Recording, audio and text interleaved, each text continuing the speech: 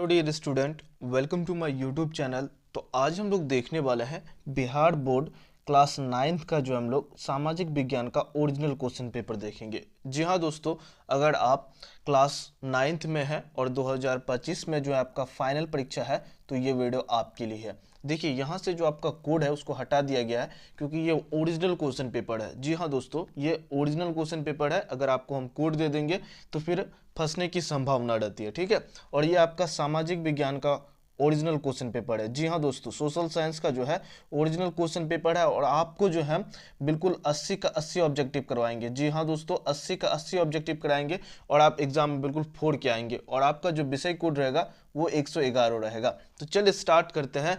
पहला नंबर प्रश्न की ओर बढ़ते हैं। बिल्कुल सभी प्रश्नों को आपको ध्यान से देखना है, एक भी प्रश्न आपको छोड़ना नहीं है एग्जाम में अगर ताबड़तोड़ नंबर लाना है आपको।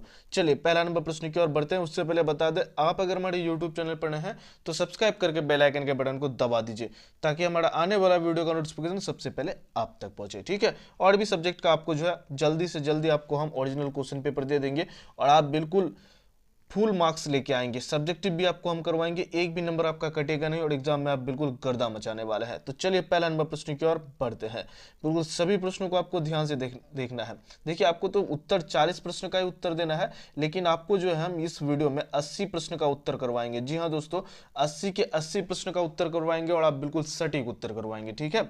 आप बस हमारे साथ लास्ट तक बने रहिए। चलिए पहला नंबर प्रश्न की ओर बढ़ते हैं। पहला नंबर प्रश्न में कड़ा है, वास्को डी गामा भारत कब पहुंचा। वास्को डी गामा जो है भारत कब पहुंचा, तो इसका जो सही उत्तर होगा वो हो जाएगा 1498 में पहुंचा। कब पहुंचा था? 1498। ऑप्शन नंबर बी जो है इसका बिल्कुल सही उत्तर है, ठीक है। चलिए आगे बढ़ते हम लोग दूसरा नंबर प्रश्न की ओर। दूसरा नंबर प्रश्न में करा है, रूसो किस सिद्धांत का समर्थक था। रूसो जो है किस सिद्धांत का समर्थक करता था, तो इसका जो सही उत्तर होगा दो का वो हो जाएगा सामान्य इच्छा का। ऑप्शन नंबर बी जो है इसका बिल्कुल सही उत्तर हो जाएगा। बिल्कुल सभी प्रश्नों को आपको ध्यान से देखना है, एक भी प्रश्न आपको छोड़ना नहीं है एग्जाम में अगर गर्दा मचाना चाहते हैं। चलिए तीसरा नंबर प्रश्न की ओर बढ़ते हैं। तीसरा नंबर प्रश्न में कड़ा है, फ्रांस की क्रांति किस ईस्वी में हुई। फ्रांस की जो क्रांति है वो किस ईस्वी में हुई, तो याद रखिएगा 1789 में। ऑप्शन नंबर बी जो है इसका बिल्कुल सही उत्तर हो जाएगा। बिल्कुल सभी प्रश्नों को आपको ध्यान से देखना है, एक भी प्रश्न आपको छोड़ना नहीं है। चलिए आगे बढ़ते हैं हम लोग 4 नंबर प्रश्न की ओर बढ़ते हैं। 4 नंबर प्रश्न में कहा है, भारत आने में किस भारतीय व्यापारी ने वास्को डी गामा की मदद की। भारत आने में जो है किस भारतीय व्यापारी ने जो है वास्को डी गामा की मदद की, तो 4 का जो सही उत्तर होगा वो हो जाएगा अब्दुल मजीद ने किया था। किसने किया था? अब्दुल मजीद ने जो है वास्को डी गामा को भारत लाने में मदद किया था। चलिए आगे बढ़ते हम लोग 5 नंबर प्रश्न की ओर बढ़ते हैं। बिल्कुल सभी प्रश्नों को ध्यान से देखिए और याद कर लीजिए। 5 नंबर प्रश्न में करा है, द्वितीय विश्व युद्ध कब अंत हुआ। द्वितीय विश्व युद्ध जो है कब अंत हुआ था, तो 5 का जो सही उत्तर होगा वो हो जाएगा 1945 में हुआ था। कब हुआ था? 1945। ऑप्शन नंबर सी जो है इसका बिल्कुल सही उत्तर हो जाएगा। चलिए आगे बढ़ते हम लोग 6 नंबर प्रश्न की ओर बढ़ते हैं। 6 नंबर प्रश्न में कहा है, सप्तवर्षीय युद्ध जो है, सप्तवर्षीय युद्ध जो 1756 से 1763 तक चला था, किन दो देश के बीच लड़ा गया, तो इसका जो सही उत्तर होगा 6 का वो हो जाएगा ऑप्शन नंबर सी हो जाएगा। इंग्लैंड और फ्रांस के बीच में लड़ा गया था। किसके बीच में? इंग्लैंड और फ्रांस के बीच में लड़ा गया था। ऑप्शन नंबर सी जो है इसका बिल्कुल सही उत्तर है। चलिए 7 नंबर प्रश्न की ओर बढ़ते हैं। 7 नंबर प्रश्न में कहा है, राष्ट्रीय संघ की स्थापना का श्रेय किस अमेरिकी राष्ट्रपति को जाता है। राष्ट्रीय संघ की स्थापना का श्रेय जो है किस अमेरिकी राष्ट्रपति को जाता है, तो 7 का जो सही उत्तर होगा वो हो जाएगा window Williamson. Option number D जो है इसका बिल्कुल सही उत्तर हो जाएगा। चलिए आगे बढ़ते हैं हम लोग 8 नंबर प्रश्न की ओर बढ़ते हैं। 8 नंबर प्रश्न में कह रहा है, राष्ट्रीय संघ की स्थापना कब हुई थी। राष्ट्रीय संघ की जो स्थापना है वो कब हुई थी, तो याद रखिएगा इसका जो 8 का जो सही उत्तर होगा वो हो जाएगा 10 जनवरी 1920 में हुआ था। कब हुआ था? 10 जनवरी 1920। ऑप्शन नंबर ए जो है इसका बिल्कुल सही उत्तर हो जाएगा। बिल्कुल सभी प्रश्नों को आपको ध्यान से देखना है, ठीक है। चलिए आगे बढ़ते हम लोग 9 नंबर प्रश्न की ओर बढ़ते हैं। 9 नंबर प्रश्न में कहा है, बिस्मार्क का संबंध किस देश से है। बिस्मार्क का जो संबंध है किस देश से है, तो ऑप्शन नंबर है इटली, फ्रांस, जर्मनी और इंग्लैंड। तो 9 का जो सही उत्तर होगा वो हो जाएगा जर्मनी से। किससे संबंध है? जर्मनी से। ऑप्शन नंबर सी जो है इसका बिल्कुल सही उत्तर हो जाएगा, ठीक है। चलिए आगे बढ़ते हम लोग 10 नंबर प्रश्न की ओर बढ़ते हैं। 10 नंबर प्रश्न में कहा है, डियाज बार्थोलोमियो ने किस की खोज की। डियाज बार्थोलोमियो ने जो है किसकी खोज की? अमेरिका की खोज, भारत की खोज, ऑस्ट्रेलिया की खोज, उत्तर उत्तम आशा अंतरीप की। तो 10 का जो सही उत्तर होगा वो हो जाएगा उत्तम आशा अंतरीप की। ऑप्शन नंबर डी जो है इसका बिल्कुल सही हो जाएगा। डियाज बार्थोलोमियो ने जो है उत्तम आशा अंतरीप की खोज की। चलिए आगे बढ़ते हम लोग 11 नंबर प्रश्न की ओर बढ़ते हैं। 11 नंबर प्रश्न में कड़ा है कॉमन सेंस की रचना किसने की थी। कॉमन सेंस की जो रचना है किसने की थी, तो 11 का जो सही उत्तर होगा वो हो जाएगा टॉमस पेन ने किया था। किसने किया था, टॉमस पेन ने किया था। ऑप्शन नंबर बी जो है इसका बिल्कुल सही उत्तर हो जाएगा। चलिए आगे बढ़ते हम लोग 12 नंबर प्रश्न की ओर बढ़ते हैं। 12 नंबर प्रश्न में करा है टेले कर जो है क्या था। टेले कर जो है क्या था, तो भूमिका कर था। किसका कर था, भूमिका कर था। ऑप्शन नंबर ए जो है इसका बिल्कुल सही उत्तर हो जाएगा। ठीक है, चलिए आगे बढ़ते हम लोग 13 नंबर प्रश्न की ओर बढ़ते हैं। 13 नंबर प्रश्न में करा है अमेरिका में अंग्रेजी के कितने उपनिवेश थे। अमेरिका में जो है अंग्रेजी के कितने उपनिवेश थे, तो 13 का जो सही उत्तर होगा वो हो जाएगा 13 उपनिवेश थे। कितने उपनिवेश थे, 13 उपनिवेश थे। ऑप्शन नंबर बी जो है इसका बिल्कुल सही उत्तर हो जाएगा। ठीक है, चलिए आगे बढ़ते हम लोग 14 नंबर प्रश्न की ओर बढ़ते हैं। 14 नंबर प्रश्न में कड़ा है लेसेज फेयर का सिद्धांत किसने दिया। लेसेज फेयर का जो सिद्धांत है किसने दिया था, तो 14 का जो सही उत्तर होगा वो हो जाएगा एडम स्मिथ ने दिया था। किसने दिया था, एडम स्मिथ ने जो है लेसेज फेयर का सिद्धांत दिया था। ऑप्शन नंबर ए जो है इसका बिल्कुल सही उत्तर हो जाएगा। ठीक है, चलिए आगे बढ़ते हम लोग 15 नंबर प्रश्न की ओर बढ़ते हैं। 15 नंबर प्रश्न में कड़ा है निम्न में कौन मानवीय पूंजी नहीं है। निम्न में जो है कौन मानवीय पूंजी नहीं है। पहला है स्वस्थ है, परिशिक्षण है, उसके बाद अकुशलता है, उसके बाद शिक्षा है। निम्न में कह रहा है मानवीय पूंजी नहीं है, तो 15 का जो सही उत्तर होगा वो हो जाएगा अकुशलता जो है मानवीय पूंजी नहीं है। ऑप्शन नंबर सी जो है इसका बिल्कुल सही उत्तर हो जाएगा। ठीक है, चलिए आगे बढ़ते हम लोग 16 नंबर प्रश्न की ओर बढ़ते हैं। 16 नंबर प्रश्न पे कड़ा है ठीथे क्या है। ठीथे जो है क्या है, तो 16 का जो सही उत्तर होगा वो हो जाएगा धार्मिक कर है। क्या है, धार्मिक कर है। ऑप्शन नंबर बी जो है इसका बिल्कुल सही उत्तर हो जाएगा। ठीक है, चलिए आगे बढ़ते हम लोग 17 नंबर प्रश्न की ओर बढ़ते हैं। कड़ा है नाजी पार्टी का प्रतीक चिन्ह क्या था। नाजी पार्टी का जो है प्रतीक चिन्ह क्या था, तो 17 का जो सही हो जाएगा स्वास्तिक। ऑप्शन नंबर बी जो है इसका बिल्कुल सही उत्तर हो जाएगा। 17 का सही उत्तर क्या होगा, स्वास्तिक। ऑप्शन नंबर बी जो है इसका बिल्कुल सही उत्तर है। ठीक है, चलिए बढ़ते हम लोग 18 नंबर प्रश्न की ओर बढ़ते हैं। 18 नंबर प्रश्न में करा है राष्ट्रीय ग्रामीण रोजगार गारंटी अधिनियम नरेगा जो है कब लागू हुआ। राष्ट्रीय ग्रामीण रोजगार गारंटी का जो अधिनियम है वो कब लागू हुआ था। नरेगा जिसको हम लोग बोलते हैं वो कब लागू हुआ था। 18 का जो सही उत्तर होगा वो जाएगा ऑप्शन नंबर ए हो जाएगा 2005 में लागू हुआ था। कब हुआ था, 2005 में जो है नरेगा लागू हुआ था। चलिए आगे बढ़ते हम लोग 19 नंबर प्रश्न की ओर बढ़ते हैं। 19 नंबर प्रश्न में कड़ा है अंतरराष्ट्रीय श्रम संगठन मुख्यालय कहाँ है। अंतरराष्ट्रीय श्रम संगठन मुख्यालय जो है वो कहाँ पे है, तो 19 का जो सही उत्तर होगा वो हो जाएगा जेनेवा में है। कहाँ पे है, जेनेवा में। ऑप्शन नंबर सी जो है इसका बिल्कुल सही उत्तर है। ठीक है, चलिए आगे बढ़ते हम लोग। बिल्कुल सभी प्रश्नों को याद कर लीजिए एग्जाम में अगर बिल्कुल आप गर्दा मचाना चाहते हैं। चलिए 20 नंबर प्रश्न की ओर बढ़ते हैं। 20 नंबर प्रश्न में कड़ा है संयुक्त राष्ट्र संघ की प्रथम महासचिव कौन थे। संयुक्त राष्ट्र संघ की जो है प्रथम महासचिव कौन थे, तो 20 का जो सही उत्तर होगा वो हो जाएगा ट्रियोगबे ली। ऑप्शन नंबर सी जो है इसका बिल्कुल सही उत्तर हो जाएगा।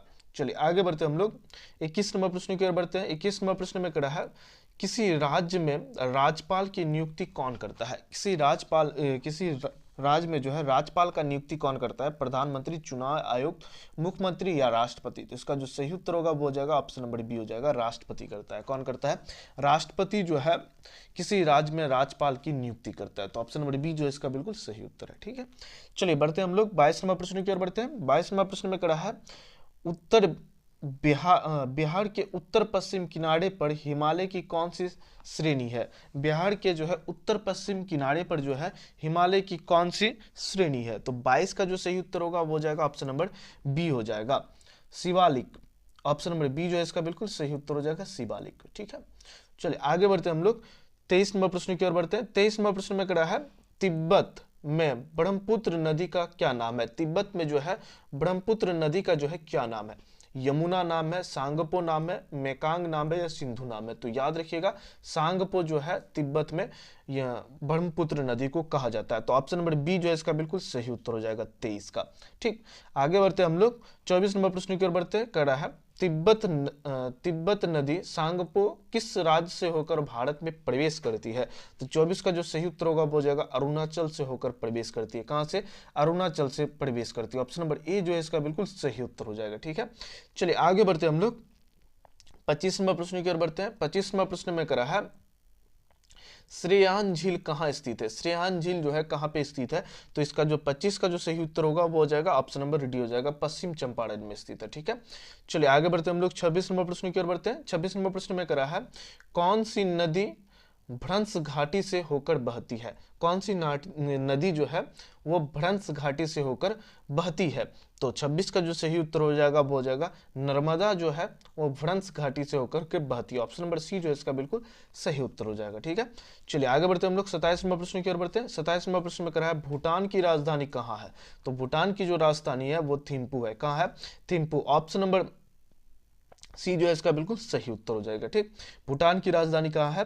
थिम्पू है। ऑप्शन नंबर सी जो है 27 का सही उत्तर है। ठीक, 28वां प्रश्न की ओर बढ़ते हैं। 28वां प्रश्न में करा है मई महीने में पश्चिम बंगाल को प्रभावित करने वाला आंधी तूफान का नाम है। मई महीना में जो है पश्चिम बंगाल को प्रभावित करने वाले आंधी तूफान का क्या नाम है? तो 28 का जो सही उत्तर होगा वो हो जाएगा काल बैसाखी। क्या नाम है? काल बैसाखी जो है मई महीने में पश्चिम बंगाल को प्रभावित करता है। ठीक है, ऑप्शन नंबर सी जो है इसका बिल्कुल सही उत्तर हो जाएगा। चलिए आगे बढ़ते हैं हम लोग 29वां प्रश्न की ओर बढ़ते हैं। 29वां प्रश्न में करा है सिमलीपाल जैव मंडल जो है नीचे कहाँ स्थित है? सिमलीपाल जैव मंडल जो है कहाँ पे स्थित है? तो 29 का जो सही उत्तर होगा वो हो जाएगा ऑप्शन नंबर सी, उड़ीसा में स्थित है। कहाँ पे? उड़ीसा में जो है सिमलीपाल जो है स्थित है जैव मंडल। ठीक है, चलिए आगे बढ़ते हैं हम लोग 30 नंबर प्रश्न की ओर बढ़ते हैं। 30 नंबर प्रश्न में करा है निम्नलिखित अक्षों में कौन भारत होकर गुजरता है? निम्नलिखित अक्षों में जो है कौन भारत होकर गुजरता है? तो कर्क रेखा जो है भारत होकर गुजरता है। ऑप्शन नंबर डी जो है इसका बिल्कुल सही उत्तर हो जाएगा। ठीक है, चलिए बढ़ते हैं हम लोग 31 नंबर प्रश्न की ओर बढ़ते हैं। 31 नंबर प्रश्न में करा है बांग्लादेश कब स्वतंत्र हुआ? बांग्लादेश जो है कब स्वतंत्र हुआ था? तो 31 का जो सही उत्तर होगा वो हो जाएगा ऑप्शन नंबर बी हो जाएगा 26 मार्च 1971 को। कब हुआ था? 26 मार्च 1971। ऑप्शन नंबर बी जो है इसका बिल्कुल सही उत्तर हो जाएगा। बांग्लादेश जो है कब स्वतंत्र हुआ, आजाद हुआ? तो 26 मार्च 1971 को हुआ। ठीक, चलिए आगे बढ़ते हैं हम लोग 32वां प्रश्न की ओर बढ़ते हैं। 32वां प्रश्न में करा है श्रीलंका की राजधानी है। श्रीलंका की जो राजधानी है वो कोलंबो है। कहाँ है? कोलंबो। ऑप्शन नंबर बी जो है इसका बिल्कुल सही उत्तर हो जाएगा। ठीक, चलिए आगे बढ़ते हैं हम लोग 33वां प्रश्न की ओर बढ़ते हैं। 33वां प्रश्न में कहा है विश्व में सर्वाधिक वर्षा कहाँ होती है? विश्व में जो है सबसे ज्यादा वर्षा कहाँ होती है? तो मासीन राम में जो है सबसे ज्यादा बारिश होता है। ऑप्शन नंबर डी जो है 33 का बिल्कुल सही उत्तर हो जाएगा। ठीक, चलिए आगे बढ़ते हैं हम लोग 34वां प्रश्न की ओर बढ़ते हैं। 34वां प्रश्न में कहा है प्रत्यक्ष स्रोत से एकत्र किए गए आंकड़ों को कहा जाता है। प्रत्येक स्रोत से जो है एकत्र किए गए आंकड़े को क्या कहा जाता है? तो 34 का जो सही उत्तर हो जाएगा प्राथमिक आंकड़ा। ऑप्शन नंबर ए जो इसका बिल्कुल सही उत्तर हो जाएगा। ठीक है, चलिए आगे बढ़ते हम लोग 35 नंबर प्रश्न की ओर बढ़ते हैं। 35 नंबर प्रश्न में कहा है तीव्र ज्वार का कारण है। तीव्र ज्वार का क्या कारण है? जीवाणु, विषाणु, फंक्स जो है वो कारण है या इनमें से कोई नहीं? तो इसका उत्तर जो है आपको कमेंट पर देना है। ठीक, चलिए आगे बढ़ते हैं हम लोग 36वां प्रश्न की ओर बढ़ते हैं। 36वां प्रश्न में कहा है किन देशों के बीच सिंधु जल समझौता हुआ? किन देशों के बीच जो है सिंधु जल समझौता हुआ था? तो 36 का जो सही उत्तर होगा वो हो जाएगा भारत और पाकिस्तान के बीच में। किसके किसके बीच में? भारत और पाकिस्तान के बीच में जो है सिंधु जल समझौता हुआ था। ठीक, चलिए बढ़ते हम लोग 37वां प्रश्न की ओर बढ़ते हैं। 37वां प्रश्न में कहा है एक देशांतर पार करने में पृथ्वी को कितना समय लगता है? एक देशांतर पार करने में जो है पृथ्वी को कितना समय लगता है? तो 37 का जो सही उत्तर होगा वो हो जाएगा ऑप्शन नंबर डी हो जाएगा 4 मिनट लगता है। कितना मिनट? 4 मिनट लगता है एक देशांतर को पार करने में। ठीक, चलिए आगे बढ़ते हैं हम लोग 38वां प्रश्न की ओर बढ़ते हैं। 38वां प्रश्न में कहा है निम्न में कौन सार्क का सदस्य नहीं है? निम्न में कौन जो है सार्क का सदस्य नहीं है? भारत, इंडोनेशिया, मालदीव या भूटान? तो 38 का जो सही उत्तर होगा वो हो जाएगा इंडोनेशिया जो है सार्क का सदस्य नहीं है। ऑप्शन नंबर सी जो है इसका बिल्कुल सही उत्तर हो जाएगा। ठीक, चलिए आगे बढ़ते हम लोग 39वां प्रश्न की ओर बढ़ते हैं। 39वां प्रश्न में कह रहा है न्यूनतम समर्थन मूल्य का संबंध किस क्षेत्र से है। न्यूनतम समर्थन मूल्य का संबंध जो है किस क्षेत्र से है। औद्योगिक क्षेत्र से, सेवा क्षेत्र, कृषि क्षेत्र या इनमें से कोई नहीं। तो 39 का जो सही उत्तर होगा वो हो जाएगा कृषि क्षेत्र। ऑप्शन नंबर सी जो है इसका बिल्कुल सही उत्तर है। ठीक, चलिए आगे बढ़ते हैं हम लोग 40वां प्रश्न की ओर बढ़ते हैं। 40वां प्रश्न में कहा है पूंजी का श्रमिक कहलाता है। पूंजी का श्रमिक क्या कहलाता है। तो 40 का जो सही उत्तर होगा वो हो जाएगा ब्याज कहलाता है। क्या कहलाता है, ब्याज कहलाता है। ऑप्शन नंबर डी जो है इसका बिल्कुल सही उत्तर हो जाएगा। ठीक, चलिए बढ़ते 41वां प्रश्न की ओर। 41वां प्रश्न में करा है निम्न में से क्या श्रम के अंतर्गत आता है। निम्न में कौन जो है श्रम के अंतर्गत आता है। सिनेमा देखना, छात्र द्वारा मनोरंजन के लिए क्रिकेट खेलना, शिक्षक के द्वारा अध्ययन, आनंद के लिए संगीत का अभ्यास। तो इसका जो सही उत्तर होगा 41 का वो हो जाएगा शिक्षक के द्वारा अध्यापन। ऑप्शन नंबर सी जो इसका बिल्कुल सही उत्तर हो जाएगा, ये श्रम के अंतर्गत आता है। ठीक, तो ये आपका ऑप्शन नंबर सी जो है इसका बिल्कुल सही उत्तर हो जाए। देखिए आपको 40 ही प्रश्न का उत्तर देना है। आपको हम ज्यादा प्रश्न 80 प्रश्न करवा रहे हैं, लेकिन आपको उत्तर मात्र 40 प्रश्न का ही देना है। कितना क्वेश्चन का उत्तर देना है, 40 क्वेश्चन का उत्तर देना है। तो बिल्कुल आप बाकी के भी प्रश्नों को देख लीजिए, हो सकता है कोई प्रश्न आप भूल जाए या हो सकता है किसी प्रश्न का आप याद ना रख पाए। ठीक, दोनों बातें की हुआ। चलिए बढ़ते हम लोग 42वां प्रश्न की ओर। कहा है पैदल चलते समय हमें सड़क के किस तरफ चलना चाहिए। तो 42 का जो सही उत्तर होगा वो जाएगा किधर, बीच में। एक बच्चा कह रहा है सर कमेंट करके कि बीच में चलना चाहिए। नहीं बाबू, दाईं तरफ चलना चाहिए। किस तरफ चलना चाहिए, दाईं तरफ। ऑप्शन नंबर ए जो है इसका बिल्कुल सही उत्तर हो जाएगा। ठीक, बीच में चलोगे तो ठोकवा जाओगे, चले जाओगे फिर। चलिए बढ़ते हम लोग 43 नंबर प्रश्न की ओर। 43 नंबर प्रश्न में कहा है मध्य भोजन योजना कब शुरू की गई। मध्य भोजन योजना जो है वो कब शुरू की गई। तो 43 का जो सही उत्तर होगा वो जाएगा 1995। ऑप्शन नंबर बी जो है इसका बिल्कुल सही उत्तर है। ठीक है, चलिए बढ़ते हम लोग 44 नंबर प्रश्न की ओर बढ़ते हैं। 44 नंबर प्रश्न में कहा है बिहार के ग्रामीण क्षेत्र में कैसी बेरोजगारी पाई जाती है। बिहार के जो ग्रामीण क्षेत्र है उसमें कैसी बेरोजगारी पाई जाती है। तो 44 का जो सही उत्तर होगा वो जाएगा ऑप्शन नंबर सी हो जाएगा अदृश्य एवं मौसमी बेरोजगारी। कैसा, अदृश्य एवं मौसमी बेरोजगारी जो है बिहार के ग्रामीण क्षेत्रों में देखने पाई जाती है। ठीक है, बढ़ते हम लोग 45 नंबर प्रश्न की ओर बढ़ते हैं। 45 नंबर प्रश्न में कह रहा है संयुक्त राष्ट्र संघ की स्थापना कब हुई। संयुक्त राष्ट्र संघ की स्थापना जो है कब हुई। तो 45 का जो सही उत्तर होगा वो हो जाएगा 14 अक्टूबर 1945 को। कब हुआ था, 14 अक्टूबर 1945। ऑप्शन नंबर बी जो है इसका बिल्कुल सही उत्तर हो जाएगा। कब हुआ था, 24 अक्टूबर 1945 को हुआ। तो ऑप्शन नंबर बी जो है इसका बिल्कुल सही उत्तर है। ठीक, चलिए आगे बढ़ते हम लोग 46वां प्रश्न की ओर बढ़ते हैं। 46वां प्रश्न में कहा है सन 1943 में भारत के किस प्रांत में भयानक अकाल पड़ा। सन 1943 में जो है भारत के किस प्रांत में जो है भयानक अकाल पड़ा। तो 46 का जो सही उत्तर होगा वो हो जाएगा ऑप्शन नंबर सी हो जाएगा बंगाल में जो है भयानक अकाल पड़ा था। कब, 1943 को पड़ा था। ठीक है, चलिए आगे बढ़ते हम लोग 47वें प्रश्न की ओर बढ़ते हैं। ठीक, 47वें प्रश्न में कहा है बिहार वासियों के जीवन में निर्वाह का मुख्य साधन है। बिहार वासियों के जीवन में जो निर्वाह का है, दैनिक खर्चा निकालने के लिए किस पे हम लोग डिपेंडेड रहते हैं। उद्योग में, व्यापार में, कृषि में या बैंकिंग में। तो कृषि में रहते हैं हम लोग, खेती बाड़ी करके अपना रोजी रोटी चलाते हैं। ठीक, तो ऑप्शन नंबर सी जो इसका बिल्कुल सही उत्तर हो जाएगा। ठीक, चलिए बढ़ते हैं 48वें प्रश्न की ओर बढ़ते हैं। 48वें प्रश्न में करा है अंतरराष्ट्रीय न्यायालय का मुख्यालय कहाँ स्थित है। अंतरराष्ट्रीय न्यायालय का जो मुख्यालय है वो कहाँ पे स्थित है। ठीक, रोम में स्थित है, जेनेवा में स्थित है, हेग में स्थित है या न्यूयॉर्क में स्थित है। तो 48 का जो सही उत्तर होगा वो जाएगा हेग में स्थित है। कहाँ पे, हेग में। ऑप्शन नंबर सी जो है इसका बिल्कुल सही उत्तर हो जाएगा। ठीक, चलिए बढ़ते हम लोग 49वें प्रश्न की ओर। 49 में कह रहा है चुनाव आयुक्त की जो नियुक्ति है कौन करता है। प्रधानमंत्री, राज्यपाल, सर्वोच्च न्यायालय का न्यायाधीश या फिर राष्ट्रपति। तो इसका जो सही उत्तर होगा वो जाएगा राष्ट्रपति। ऑप्शन नंबर बी जो है इसका बिल्कुल सही उत्तर हो जाएगा। ठीक है, चलिए आगे बढ़ते हम लोग 50वें प्रश्न की ओर बढ़ते हैं। 50वें प्रश्न में करा है वर्तमान में लोकसभा के कुल सदस्यों की संख्या क्या है। वर्तमान में जो है लोकसभा के कुल सदस्य की संख्या कितनी है। तो याद रखिएगा इसका जो सही उत्तर होगा वो जाएगा 545। कितना, 545। ऑप्शन नंबर ए जो है इसका बिल्कुल सही उत्तर हो जाएगा। ठीक है, चलिए आगे बढ़ते हम लोग 51वें प्रश्न की ओर बढ़ते हैं। स्टाम्प एक्ट किस वर्ष पारित हुआ। स्टाम्प एक्ट जो है किस वर्ष पारित हुआ था।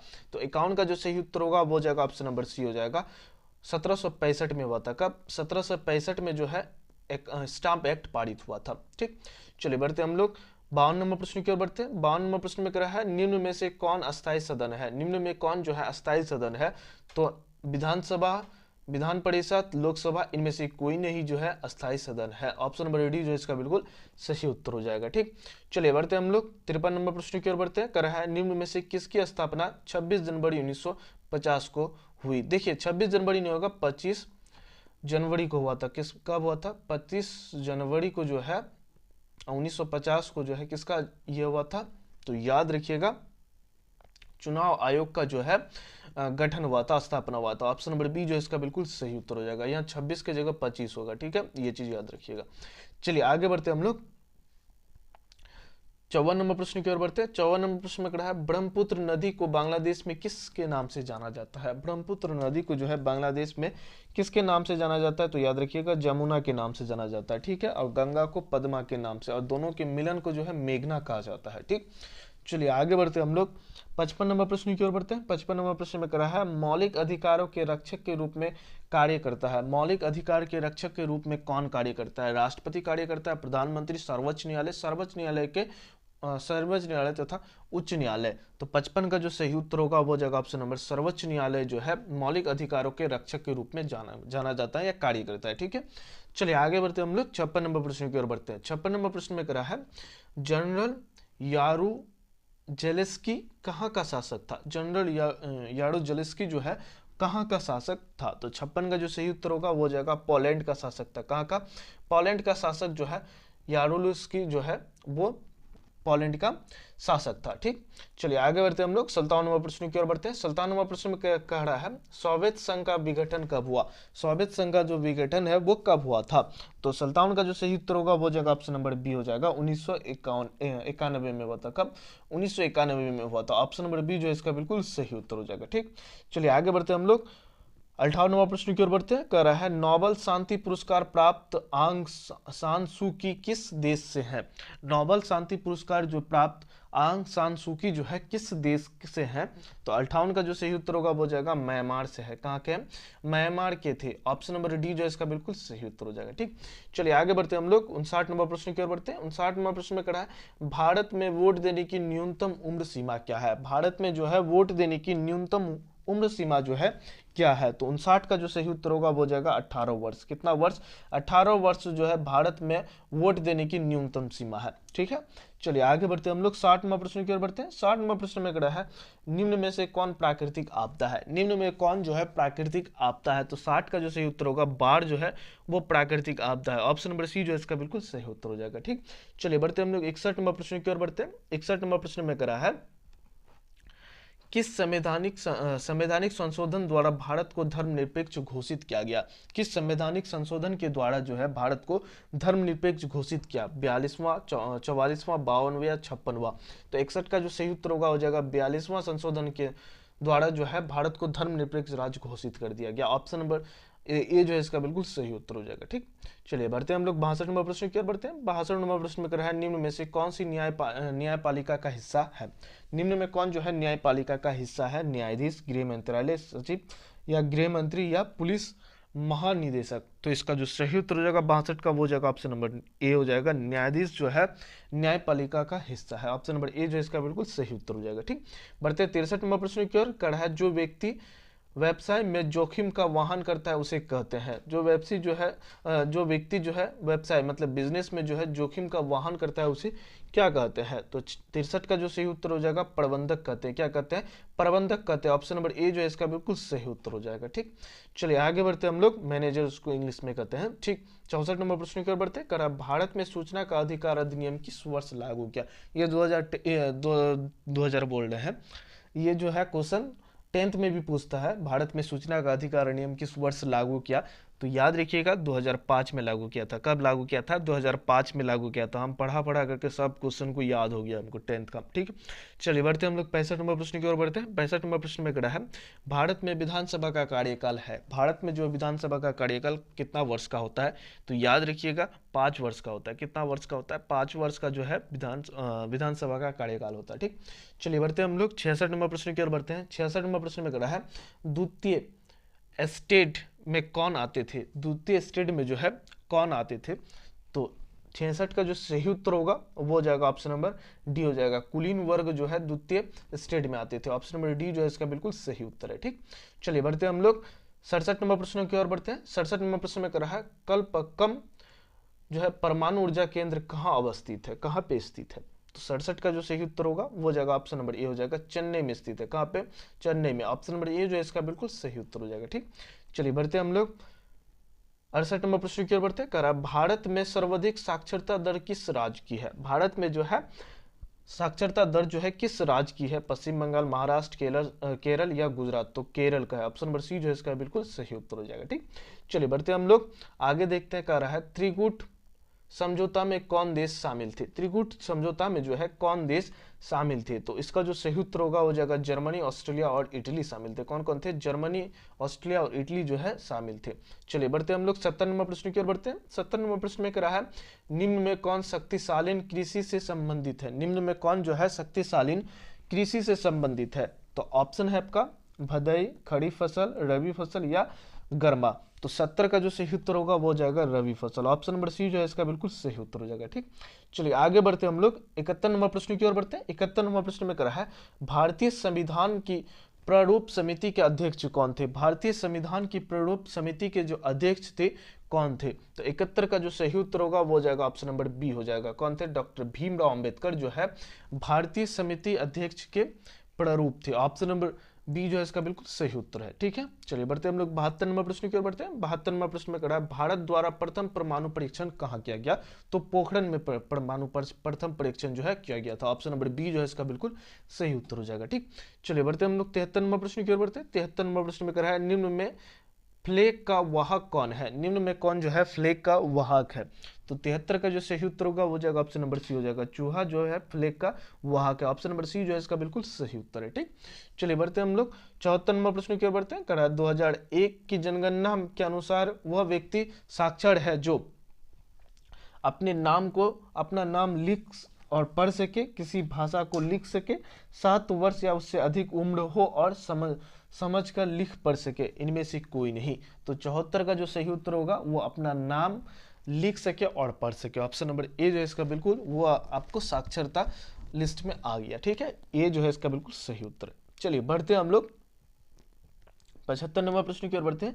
75 नंबर प्रश्न में कहा है विश्व की सबसे बड़ी अफवाह बेसिन कौन सी है। तो इसका जो सही उत्तर होगा 75 का वो हो जाएगा अमेजन का जो है अफवाह बेसिन जो है सबसे बड़ा है। ऑप्शन नंबर बी जो है इसका बिल्कुल सही उत्तर हो जाएगा। ठीक, चलिए बढ़ते हैं हम लोग 76 नंबर प्रश्न की ओर बढ़ते हैं। 76 नंबर प्रश्न में कहा है किस राज्य का संबंध अमूल से है। किस राज्य का जो संबंध है अमूल से है। तो 76 का जो सही उत्तर होगा वो हो जाएगा गुजरात का संबंध जो है अमूल से है। ठीक, चलिए बढ़ते हैं हम लोग 77 नंबर प्रश्न की ओर बढ़ते हैं। कह रहा है सही निम्न में कौन जो है युग्म सही है। तो याद रखिएगा इसका जो सही उत्तर होगा वो हो जाएगा ऑप्शन नंबर सी हो जाएगा, मंदा देवी जो है उत्तराखंड से संबंध है। ऑप्शन नंबर सी जो है इसका बिल्कुल सही उत्तर है। ठीक है, चलिए बढ़ते हैं हम लोग 78 नंबर प्रश्न की ओर बढ़ते हैं। 78 नंबर प्रश्न में कह रहा है क्षेत्रफल की दृष्टि से भारत विश्व का कौन सा स्थान है। क्षेत्रफल की दृष्टि से जो है भारत विश्व का कौन सा स्थान है। तो याद रखिएगा 7वां स्थान है। कौन सा स्थान है, 7वां स्थान है। ठीक है, 7वें स्थान। ऑप्शन नंबर ए जो है इसका बिल्कुल सही उत्तर हो जाएगा। ठीक, चलिए बढ़ते हैं हम लोग